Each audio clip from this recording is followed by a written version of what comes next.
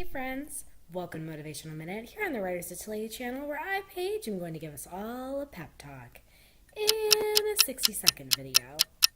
So last week I went to Michigan to visit with family and we all went apple picking. We're apple picking today. Hi, we're apple picking. Are you excited? I'm excited. And afterwards I started thinking about NaNoWriMo.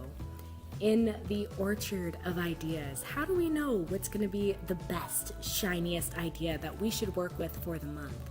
And the truth is, they're all probably really great. It all just depends on what you want to take a bite out of this season. Go with your gut, go with your heart, and don't be afraid to step a little bit out of the box. There's a tomato in the midst of all these apples. Just a tomato.